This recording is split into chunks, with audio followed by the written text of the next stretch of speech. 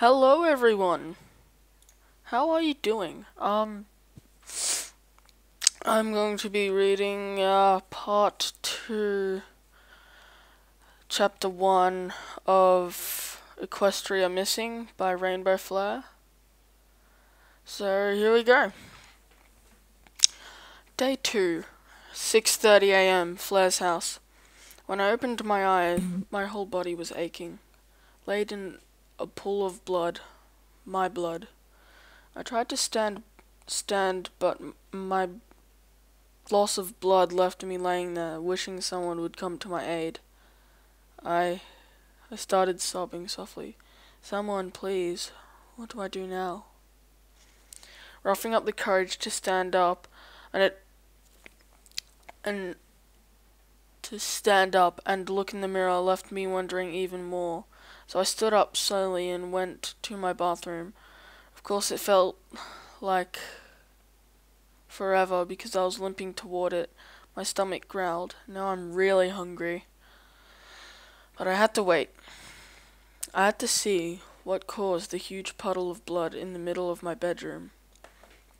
My ears left traces of blood everywhere I stepped. The smell of it made my head hurt more than it did already. But I ignored it and went to the mirror. I had cuts all over myself, blood across my mouth and my mane. It went from dark grey, blue, and red into just the solid grey color. What the hell happened? Equestria was missing. I was all of a sudden colored black.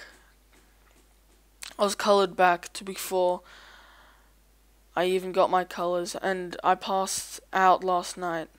Something has happened in Equestria, and I'm going to find out what happened. Alright. Day 2, 6:57 a.m. Cloudsdale.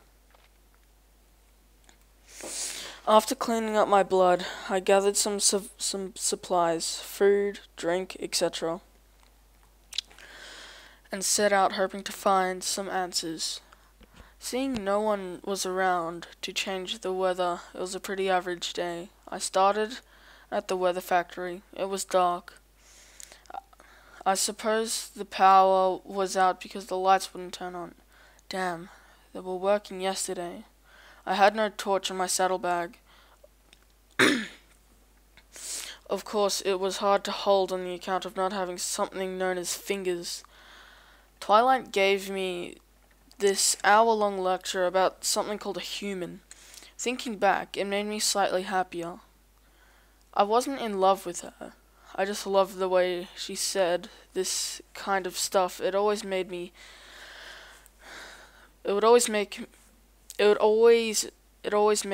make a slight snicker.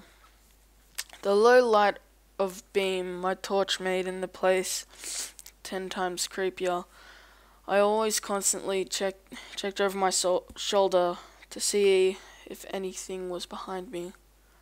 I always had a slight sense of paranoia in dark places. I always saw something move in the corner of my eye, which increased my paranoia. More approaching the Rainbow Factory, I looked to my left and saw something in the corner. Hey, wait! I yelled to the unknown entity. But to no avail, I quickly rushed around the corner to see if it had left. But then a blinding light met me. Ah! I was left stumbling as my head hurt. My eyes burned.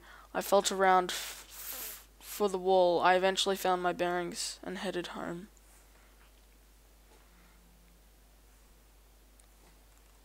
I have a text.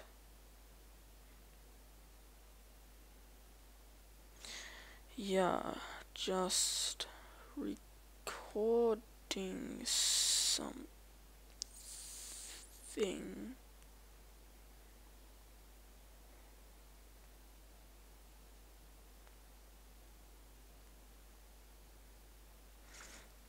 Okay, sorry about that. Day 7:30 p.m. Flair's house. My legs ached, my eyes burned, my hooves stung, and I felt tears under my eyes. Well, at least I thought they were tears. Ignoring it, I wiped it away and went to my bedroom and sat down. They always said to keep yourself occupied whilst you were alone, so you don't think about others. Unfortunately, without anyone in Equestria, it was hard to keep my emotions at bay. I started crying. The smell of blood filled my nostrils again. I wiped my eyes and looked at my hoofs. It was blood. I rushed to the mirror to see what was happening. My eyes, they were bleeding, black voids. They were bleeding black voids. How come I could see out of them? Well, it was beyond me. My mane had gotten darker, almost black even. Just looking at myself made me want to cry. I was about to burst into tears when I heard something from the kitchen. Huh? Not knowing what to think, I just hoped it was someone I knew. Dashi? No response. I tried another friend of mine. Solaris? Still no response. I wanted to go check it out, but my conscience got the better of me, and I decided to close my bathroom door and stay there until the morning. Day 2. 9:29 p.m. Flair's house. With nothing to do, my emotions got to me. I sat there crying for at least 3 hours. Drops of blood on the floor kept worrying me. I'd never been so lonely, because Fluttershy or another nice pony was there to fill the hole of emotions in my heart. Later, I fell asleep. So, that is the end for chapter 1, and I will put out chapter 2 soon.